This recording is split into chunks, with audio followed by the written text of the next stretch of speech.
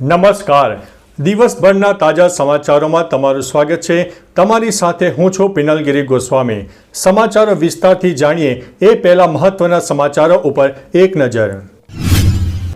મિત્રો, અત્યારના મોટા સમાચારમાં વાત કરીશું 26મી નવેમ્બરે ઝારખંડમાં શપથ ગ્રહણ.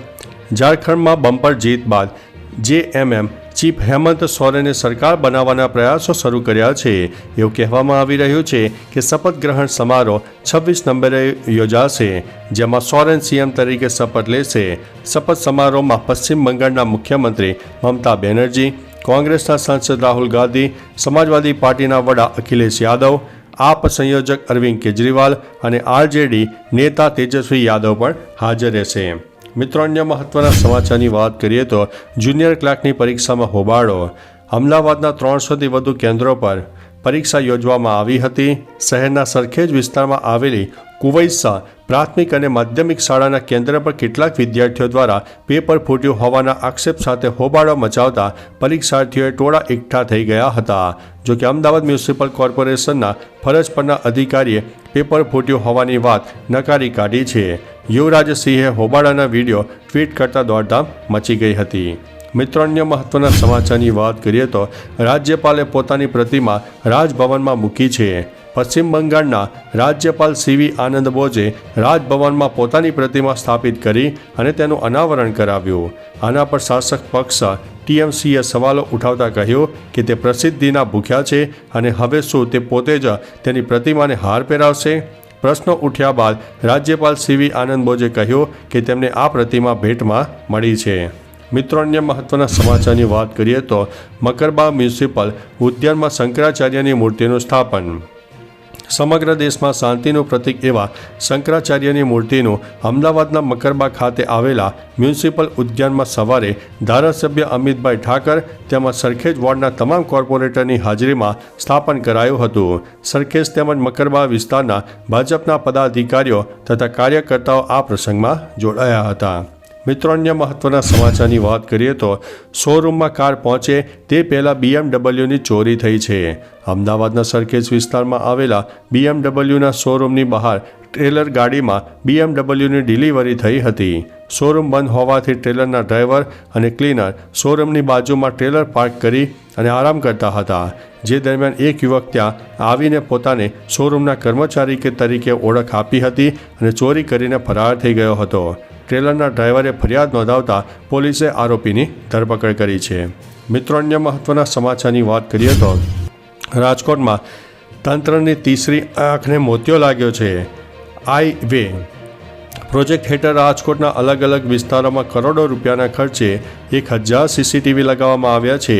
જે પૈકીના મુખ્ય 23 રસ્તાઓ પરના 100 જેટલા સીસીટીવી બંધ હાલતમાં હોવાનું સામે આવ્યું છે. મહત્વની વાત છે કે આ બાબતે પોલીસ વિભાગ દ્વારા વારંવાર રજૂઆત કરવામાં આવી હોવા છતાં મહાનગરપાલિકા જે તે એજન્સી પાસે સમયસર કામ કરાવી શકી નથી. મિત્રો, અન્ય મહત્વના સમાચારની વાત કરીએ તો કિંગ ચાર્લ્સ IIIના રાજ્યાભિષેકમાં 7.6 અબજનો ખર્ચો થયો છે. બ્રિટનના રાજા ચાર્લ્સ IIIના રાજ્ય અભિષેકમાં લગભગ $90.7 મિલિયન એટલે કે અત્યારે 7.65 અબજ રૂપિયા થાય છે જેટલો ખર્ચો થયો છે. આ અહેવાલ આવ્યા બાદ રાજાશાહીનો વિરોધ કરનારા લોકોએ તેના પર સવાલોનું ઉઠામણું કર્યું છે. તેઓ કહે છે કે આર્થિક મોરચે સંઘર્ષ કરી રહેલા બ્રિટન માટે આ એક બોજ સમાન છે. આ અર્થહીન કાર્યક્રમમાં બ્રિટિશ કરદાતાઓના $90 મિલિયન વેડફાઈ ગયા છે. મિત્રો, અન્ય મહત્વના સમાચારની વાત કરીએ તો અમદાવાદમાંથી વધુ એક નકલી IAS ઝડપાયો છે. રાજ્યમાં અત્યારે નકલી લોકોનો રાફડો ફાટી નીકળ્યો છે. આ રેસમાં ફરી એક નવો નકલી IPS અધિકારી ઝડપાયો છે. વિગતે વાત કરવામાં આવે તો અમદાવાદ શહેરમાં કિરણ પટેલની જેમ વધુ એક મહાઠગ સામે આવ્યો છે. અત્યારે ઝડપાયેલો મેહુલ શાહ શહેરમાં નકલી IAS બનીને છેતરપિંડી કરતો હતો. નોંધનીય છે કે ક્રાઇમ બ્રાન્ચે મેહુલ શાહ નામના શખ્સની ધરપકડ કરી લીધી છે અને તેની સામે કાર્યવાહી શરૂ કરી છે. મિત્રો, અન્ય મહત્વના સમાચારની વાત કરીએ તો દારૂબંધીથી 2 કરોડનો પાડો પરેશાન. એક વિચિત્ર કિસ્સો બિહારના સોનપુર પશુ મેળામાં આવેલા એક પાડાનો છે. આ પાડાની કિંમત 2 કરોડ રૂપિયાથી વધુ છે. તેને જોવા માટે લોકો દૂર દૂરથી આવતા હતા, પરંતુ આ પાડો સુસ્ત પડેલો હતો. એવું લાગતું હતું કે જાણે તે નિરાશ છે. પાડાના માલિકે તેની આળસનું રહસ્ય ખોલ્યું. માલિકે બિહારની દારૂબંધી રાજા નામના પાડાની આળસને જવાબદાર ઠેરવીને કહ્યું છે કે 4 દિવસથી બિયર ન મળવાને કારણે રાજાનો મૂડ બગડી ગયો છે. મિત્રો, અન્ય મહત્વના સમાચારની વાત કરીએ તો અમેરિકી ડેલિગેશને સ્ટેચ્યુ ઓફ યુનિટીની મુલાકાત લીધી. યુએસએના ડિપાર્ટમેન્ટના ડિફેન્સ, POW અને MIA એકાઉન્ટિંગ એજન્સીના પ્રતિનિધિમંડળ Kevin Dalton, doctor William Belcher, lieutenant colonel Aaron Thomas Ekta Nagar સ્થિત સરદાર વલ્લભભાઈ પટેલની પ્રતિમા, Statue of Unity, jungle safari, આરોગ્યવન, મિયાવાકી ફોરેસ્ટ સહિત આસપાસના વિવિધ પ્રકલ્પોની મુલાકાત લીધી હતી. મિત્રો, અન્ય મહત્વના સમાચારની વાત કરીએ તો અંબાજી મંદિરને 1.21 કરોડ રૂપિયાનું સોનાનું ગુપ્તદાન મળ્યું છે. ગુજરાતના પ્રસિદ્ધ યાત્રાધામ શ્રી આરાસુરી અંબાજી મંદિરે રોજબરોજ મોટી સંખ્યામાં ભક્તો આવતા હોય છે. કેટલાક ભક્તો પોતાની મનોકામના પૂર્ણ થયા બાદ માતાના ચરણે ભેટ ધરાવતા હોય છે. ત્યારે 2 અલગ અલગ ભક્તે અંબાજી મંદિરમાં 1 કિલો અને 520 ગ્રામ સોનું ગુપ્તદાન કર્યું છે, જેની અંદાજિત કિંમત 1.21 કરોડ રૂપિયાથી વધુ છે. મિત્રો, અન્ય મહત્વના સમાચારની વાત કરીએ તો ગૂગલ મેપે ખોટો રસ્તો બતાવતા કાર પુલ પરથી નદીમાં ખાબકી હતી. યુપીના બરેલીમાં એક મોટી દુર્ઘટના સર્જાઈ છે, જેમાં એક કાર અચાનક નિર્માણાધીન પુલ પરથી રામગંગા નદીમાં પડી હતી, જેમાં કારમાં સવાર 3 લોકોના ઘટના સ્થળે મોત થયાના સમાચાર છે.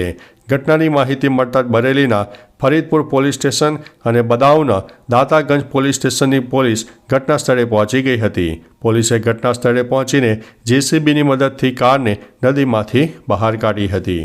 મિત્રો, અન્ય મહત્વના સમાચારની વાત કરીએ તો લસણ 500 રૂપિયામાં કિલો, ગૃહિણીઓ થઈ છે પરેશાન. મોંઘવારીથી જનતા ત્રસ્ત છે. શાકભાજીના ભાવ આસમાને છે. ઘર ચલાવવું મુશ્કેલ બની ગયું છે. જીવન જરૂરી વસ્તુના ભાવમાં સતત વધારાને કારણે ગરીબો અને સામાન્ય લોકોની સ્થિતિ મુશ્કેલ બની છે. શિયાળો શરૂ થઈ ગયો હોવા છતાં ગુજરાતમાં અમદાવાદ સહિત અનેક જગ્યાએ હજુ પણ શાકભાજીના ભાવ વધારે છે. લસણ તો 500 રૂપિયા સુધી પહોંચી ગયું છે. મિત્રો, અન્ય મહત્વના સમાચારની વાત કરીએ તો DEOનો નકલી લેટર પેડ છપાવીને લાખો રૂપિયા ખંખેરનાર નકલી IASને ઝડપી પાડવામાં આવ્યો છે. શહેરના પાલડી વિસ્તારમાં રહેતા અને ટ્રાવેલ્સનો વ્યવસાય કરતા વ્યક્તિને પોતાની ઓળખ IAS અધિકારી તરીકે આપીને સરકારી કામ માટે 2 ઇનોવા ભાડે લીધી. બોગસ લેટરના આધારે અનેક જગ્યાઓ પર ફરીથી તોડ કરવાની સાથે મોરબીમાં રહેતા ગઠિયાએ અનેક લોકોને સરકારી નોકરી માટેનો ખોટો લેટર આપીને અનેક લોકો પાસેથી લાખો રૂપિયા ખંખેર્યાની ફરિયાદ અમદાવાદ ક્રાઇમ બ્રાન્ચમાં નોંધવા પામી છે. તો ચાલો મિત્રો, ફરીથી દેશ અને દુનિયાના સુપરફાસ્ટ સમાચાર લઈને મળતા રહીશો. ત્યાં સુધી અમને રજા આપશો. નમસ્તે.